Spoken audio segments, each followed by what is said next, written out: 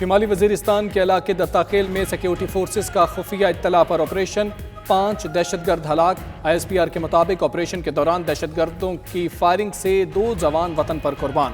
شہداء میں سپاہی محمد شمیم اور سپاہی اسد خان شامل ہیں۔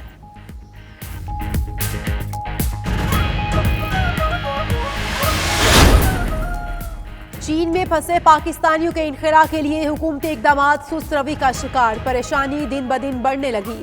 پہلے سے شیڈیول پروازیں بھی کینسل ہونے لگی۔ سب سے زیادہ متاثرہ ووہان سمیت دیگر شہروں میں موجود پاکستانیوں کی مدد کی اپیلیں۔ ارومچی ایئرپورٹ پر محصور پاکستانیوں کے پاس پیسے بھی ختم ہو گئے۔ ادھر حکومت کا چین کے ساتھ قنجراب بارڈر بند رکھنے کا فیصلہ۔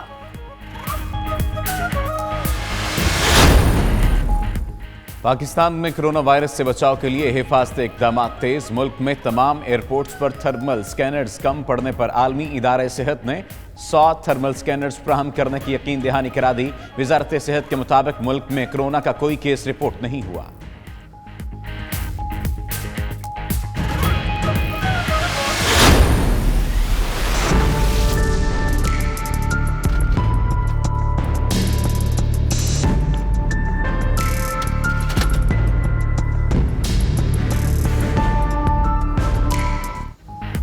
چین میں کرونا وائرس کے وار مزید 38 افراد ہلاک، مرنے والوں کی تعداد 170 ہو گئی۔ 7900 افراد میں وائرس کی تشخیص۔ کرونا وائرس سے متعلق عالمی ادارہ صحت کا ہنگامی اجلاس آج ہوگا۔ چین میں فٹ بال سیزن بھی منسوخ۔ ہانگ کانگ میں بھی لوگوں کی بے چینی بڑھ گئی، اشیاء خورونوش سٹاک کرنے لگے۔ امریکی صدر ڈونلڈ ٹرمپ کا کہنا ہے وائرس سے نمٹنے کے لیے چین کے ساتھ بھرپور تعاون کر رہے ہیں۔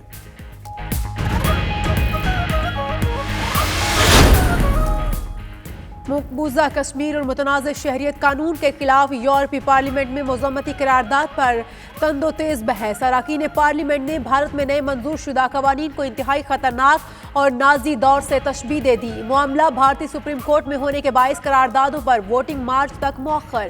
ادھر مودی سرکار یورپی پارلیمان کی قراردادوں پر تلملا اٹھی۔ یورپی کمیشن کو احتجاجی خط بھی لکھ دیا۔ 3 دن میں نئی میڈیکل رپورٹس جمع کروائیں ورنہ فیصلہ کر دیں گے۔ پنجاب حکومت کی نواز شریف کو فائنل وارننگ، لکھا کہ آپ جو رپورٹس جمع کرواتے اس میں پلیٹلیٹس کا کوئی ذکر نہیں۔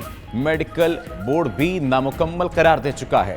3 خط لکھ چکے ہیں مگر 1 مہینے سے زیادہ عرصہ ہو گیا ہے، کوئی جواب نہیں ملا۔ قومی اسمبلی کا اجلاس آج شام 4 بجے شروع ہوگا۔ اپوزیشن آٹے کی قیمتوں میں اضافے سمیت مہنگائی کا معاملہ اٹھائے گی۔ اجلاس کے 14 نکاتی ایجنڈے کے تحت حکومت نیب ترمیمی آرڈیننس قومی اسمبلی میں پیش کرے گی۔ سی پیک اتھارٹی کے قیام اور ٹیکس قوانین کے آرڈیننس میں 120 دن کی توسیع کی قرارداد بھی منظور کروائی جائے گی۔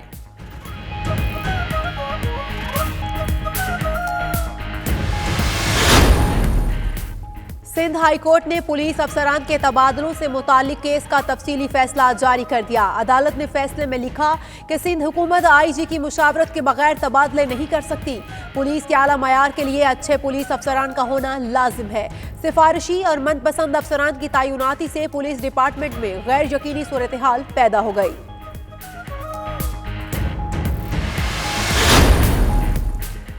4 سال میں 151 کرپٹ افراد سے پلی بارگین کی 4 ارب 10 کروڑ 85 لاکھ روپے قومی خزانے میں جمع کروائے۔ نیب لاہور نے 4 سالہ کارکردگی رپورٹ جاری کر دی۔ پلی بارگین کرنے والوں میں شہباز شریف کے داماد عمران علی یوسف کے دستراز بھی شامل۔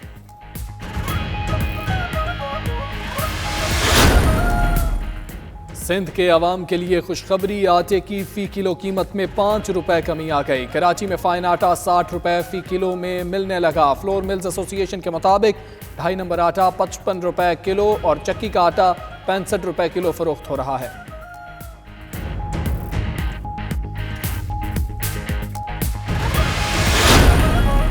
قصور میں 14 سالہ انسا کو زیادتی کے بعد قتل کرنے والے درندے کا منطقی انجام۔